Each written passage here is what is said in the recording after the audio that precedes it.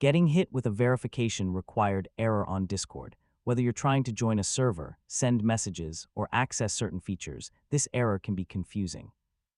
Usually, it's Discord's way of protecting communities from spam and suspicious activity. In this guide, I'll show you the most effective ways to fix it.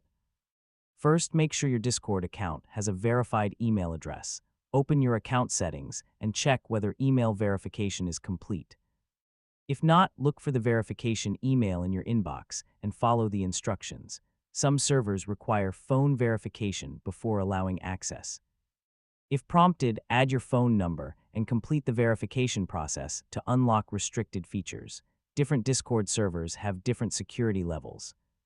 Some require accounts to be older, verified, or active for a certain amount of time before members can chat.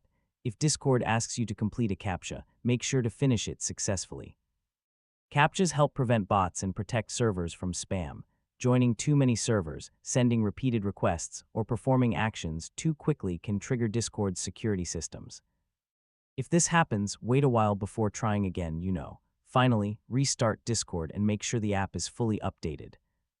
Temporary bugs or outdated versions can sometimes cause verification problems, and that's how to fix Discord verification required errors.